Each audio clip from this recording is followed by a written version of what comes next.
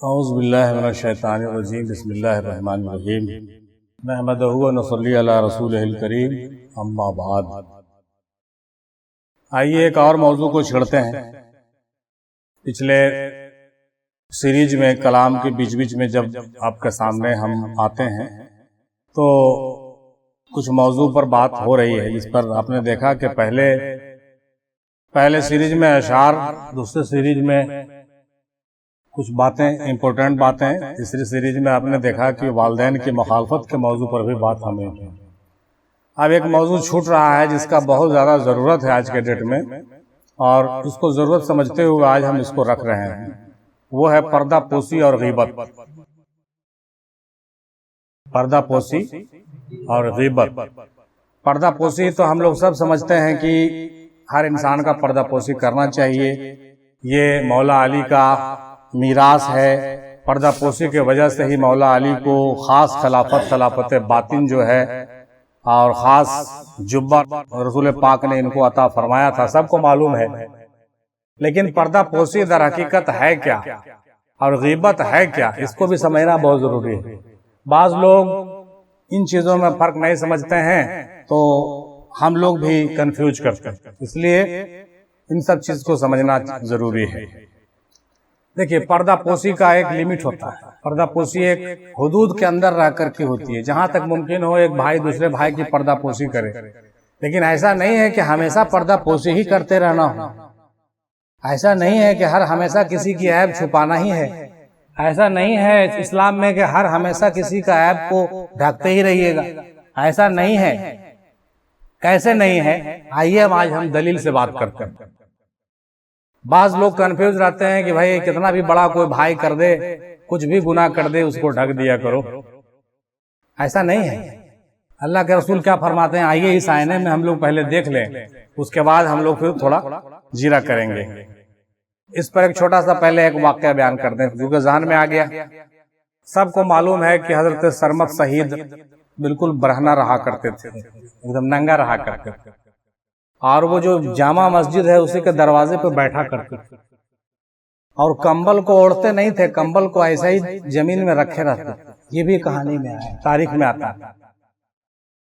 तो रवायत में है कि बाज लोगों ने बहुत जिद किया उनसे कि भाई एक काम कीजिए, आप कंबल ओढ़ लीजिए, फिर कलमा पढ़ लीजिए, आप तो मुसलमान ही नहीं हैं, वगैरह वगैरह।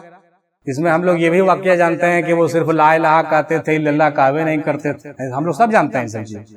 और जब इल्लल्लाह कहा तो उनको जब शहीद कर दिया गया तब उनके कटे हुए सर से इल्लल्लाह निकला, मोहम्मद रसूलुल्लाह निकल गया। ये सब हम लोग सब जानते हैं।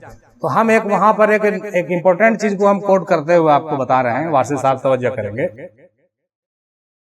तो हुआ ये था कि औरंगजेब का नाम हम सब जानते हैं। औरंगजेब ने अपने भाई दारा शिकोह को कत्ल किया था। दारा शिकोह को कत्ल किया था। कत्ल करने के बाद वो दिल्ली का सुल्तान बन बैठा था, दिल्ली का बादशाह बन बैठा था। तो दारा शिकोह में और हजरत सरमत शहीद रहमतुल्लाह अलैह में पहले से बहुत अच्छा मामला था, बहुत अच्छा ताल्लुकात था और बहुत कुछ फैज उनसे मिला था। तो ठीक है, औरंगजेब जब गद्दी पर आ गया तो हजरत सरमत शहीद वैसे ही बैठे रहते थे। एक दिन औरंगजेब जो है बहुत जिद में आ गया, बोली कि नहीं, इसको जो है ना कंबल उड़ा के रहेंगे, कंबल चादर ढक उठा कर पज उड़ाइए देते। बहुत जिद करने के बाद क्या किया कि जब वो कंबल वहां से जमीन से उठा करके उसके कांधे पर रखने लगा तो क्या देखता है कि उस कंबल के नीचे उसके भाई का कटा हुआ सर। कह दीजिए सुभान अल्लाह। जब वो कंबल हटाया गया तो खुद औरंगजेब जो है हैरत ज़दा हो गया, कह रही है मेरे भाई का कत्ल किया हुआ, सर कटा हुआ तुम्हारे पास क्या कर रहा, कैसे आ गया। तब सरमत शहीद मुस्कुराए, बोले कि अब तुम ही बताओ कि अपनी इज्जत बचाएं कि तुम्हारी इज्जत। अब तुम ही बताओ कि चादर हमको ओढ़ना जरूरी है कि उसको ढकना जरूरी है। जो तुम किए हो उसको ढक रहे हैं, वो अच्छा है कि उसको छोड़ दें, सबको पता चलने दें, हम अपने ढक लें। ये देख करके औरंगजेब हक्का बक्का रह गया। और उसके बाद फिर दोबारा उन्होंने नहीं जिद किया कि ऐसी कोई हरकतें किया करे। मतलब साफ है, मतलब ये है कि जब कोई सूफी किसी हालत में रहता है तो उसके पीछे बहुत सी बात होती है।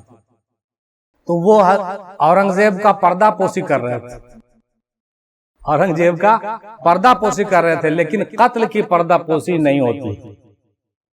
गुनाह कबीरा जो होता है, जो बड़े बड़े गुनाह हैं, जिससे समाज को नुकसान है, जिससे बड़े बड़े मराकज को नुकसान है, उसकी पर्दापोशी आप नहीं कर सकते हैं। वक्त और हालात और कुदरत एक न एक दिन बेनकाब कर देता है। कह दीजिए सुभान अल्लाह। जैसे औरंगजेब के कत्ल को सरमद शहीद ने बहुत छुपाना चाहा, लेकिन नहीं छुपा।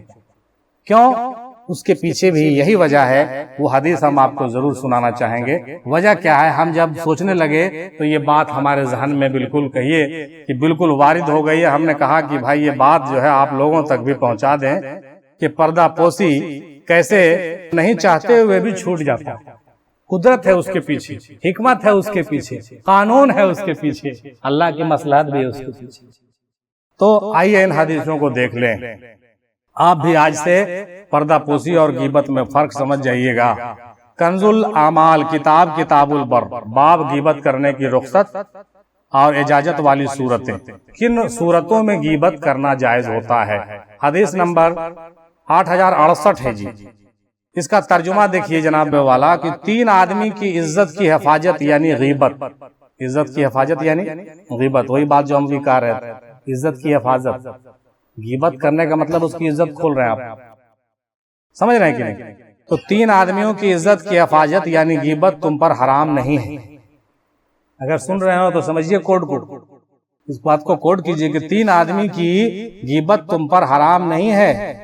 घरचे गीबत करना हराम है, हम लोग सब पढ़े हैं, लेकिन आज कहिएगा भाई वाह क्या बात कर रहे हैं। पहले तो आपने प्रूफ कर दिया कि वालिदैन की मुखालफत जायज है, अब प्रूफ कर रहे हैं कि गीबत भी जायज है। भाई ये कौन सा इस्लाम है?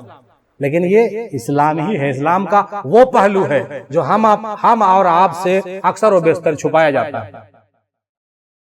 अक्सर व बेशतर इस्लाम का वो पहलू जो छुपाया जाता है वो आपके सामने हम रख रहे हैं। और यही हमारी कोशिश होती है, हम लोगों की कोशिश होती है कि हम इन गहराइयों तक भी सोचें और समझें। 3 आदमियों की इज्जत यानी उसकी गीबत तुम पर हराम ने किस पर? खुदा और रसूल की, खुली नाफरमानी करने वाले की, और जालिम हुक्मरान की, और बिद्दती की। 3 आदमी की गीबत जायज।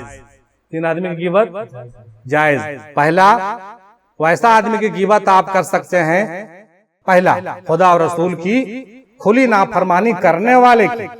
कि खुदा और रसूल के जो खुली नाफरमानी करने वाला हो, जो अल्लाह और रसूल की बात को बिल्कुल नहीं मानने वाला हो, ठुकराने वाला हो, सीना तान के चलने वाला हो, तकब्बुर से अकाड़ के चलने वाला हो, उसकी गीबत कीजिए। उसके बारे में लोगों को बताइए कि वो आदमी मुतकब्बिर है, वो आदमी नाफरमान है, वो आदमी जो है जालिम है। पहला हो गया। दूसरा, जालिम हुक्मरान।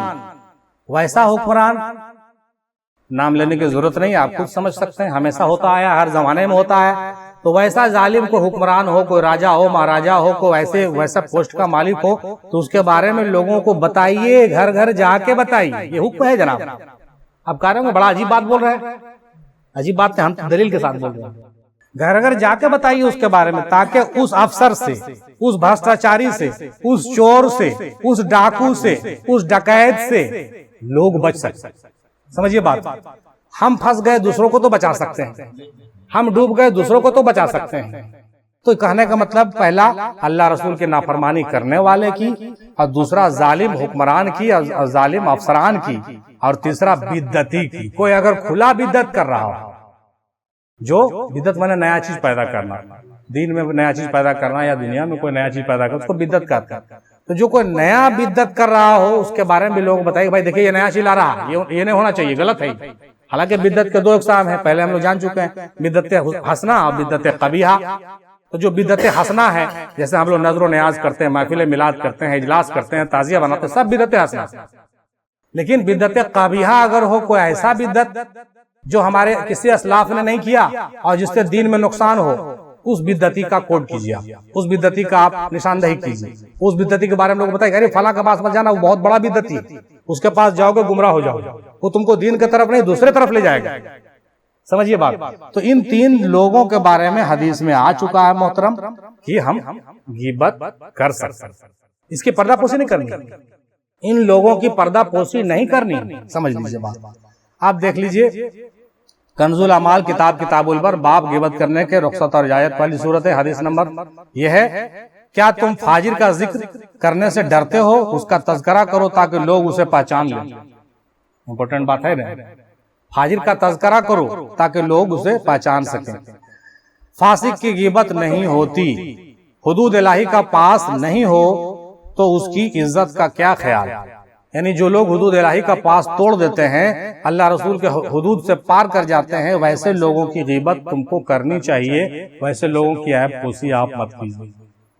ऐसे लोगों की ऐब-पोशी, हाँ, वैसे लोगों की पर्दापोशी मत कीजिए। जो लोग वैसे हैं उसके बारे में एलानिया लोगों को बताइए ताकि दूसरों को उससे फायदा हो सके। इसी में आगे है, तुम लोग कब तक फाजिर का जिक्र करने से डरते रहोगे। देखिए, डरने के लिए भी नहीं कहा गया। लोग कहते हैं अरे उसके बारे में हम ऐसा बोलेंगे तो जाने क्या हो जाएगा। आपके गांव में अगर कोई वैसा हो जाए बहुत बड़ा भ्रष्टाचारी, तो वो कहेगा मेरे बारे में जहाँ खबर करोगे तो तुमको पहले उड़ा देंगे। तो डर से भी लोग नहीं बोलते हैं। कुछ न कुछ आपको ऐसा नोटिस दे देंगे वो कि आपको डरा देंगे, अरे बाप मेरे बारे में जहाँ मुंह खोला तो हम तो कुछ हो जाएंगे, हमको तो बड़ा खतरा। तो कहा गया, हदीस में आया कि वैसे लोगों से तुम कब तक डरते रहोगे। कौन कह रहा है? हदीस है। हदीस का मतलब अल्लाह के रसूल, कैसे लोगों से डरने की जरूरत नहीं है, उसकी बेइज्जती करो ताकि लोग उसे पहचान लें। फिर आगे है कि सलाह मशवरा देने में किसी का हकीकी और वाकई ऐब बयान करना जायज है।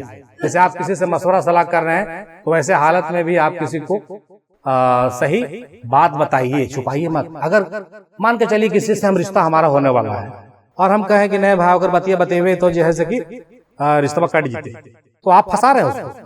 समझिए बात। प्रैक्टिकली देखिए, सामाजिक तौर पर भी अगर हमारे बच्चे का रिश्ता इनके घर हो रहा है और आपसे हम पूछें और आप छुपा लीजिए कि ना अरे झूठ सब ठीक ठाक है, तो शादी करने के बाद तो हमारा बच्चा फंस जाएगा। तो ये गुनाह का काम आपने किया, अच्छा काम नहीं किया। आप बढ़ा के मत बोलिए, लेकिन जो है वो कह दीजिए कि हाँ इसके साथ ऐसा है। तो ये कहने का हुक्म है भाई कि सलाह मशवरे देने में भी किसी का हकीकी और वाकई ऐब बयान करना दुरुस्त है भाई, ताकि मशवरा देने वाला धोखा ना खाए। ये ग़ीबत में दाखिल नहीं है। तसरीह सुनन अबू दाऊद हदीस नंबर 2282। तो उम्मीद है कि ये मौजू आपको अच्छे तरीके से समझ में आ गया होगा। अब एक बात और छूट रहा है, इसको हम इसी में जोड़ देते हैं। हम लोग क्या करते हैं कि कोई भी मजलिस में बैठते हैं, जैसे मान के चलिए अपने जो खास दोस्त हैं, अहबाब हैं, अपने पीर भाई हैं, उन लोगों के मजलिस में बैठते हैं, वारसिया खानकाह में, इफ्तिखारिया खानकाह में, कादरिया खानकाह में। और हम लोग क्या करते हैं कि कुछ दिन के बाद जब वहां से हट जाते हैं तो हम उसकी गीबत दूसरे जगह करते हैं। ये भी आदत हम लोगों की। तो देखिए, जहां तक गीबत की बात अभी आपको हमने बताया कि भाई जहां पर ज्यादा जायज हो कि अलर्ट करना हमको जरूरी है तभी करें, वरना करने की जरूरत नहीं है। लेकिन हमको उस आदमी के प्रति वफादार रहना चाहिए जिस आदमी ने हमको एक बात भी सिखाया।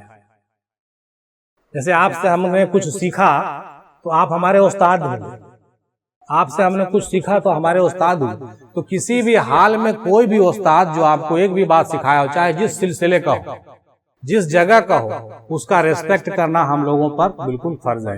ये नहीं कि हाँ रे कल तो वहां गए थे इतना चीज सीखे तो अब क्या जरूरत है, तो हम बहुत आगे बढ़ गए, अब हमको उसकी जरूरत नहीं है। उसके बारे में गलत शब्द बोल के वहां से निकल गए और उसको हमने उसके एहसास को कुचल दिया। ये गद्दारी कहलाता है। ये क्या कहलाता है?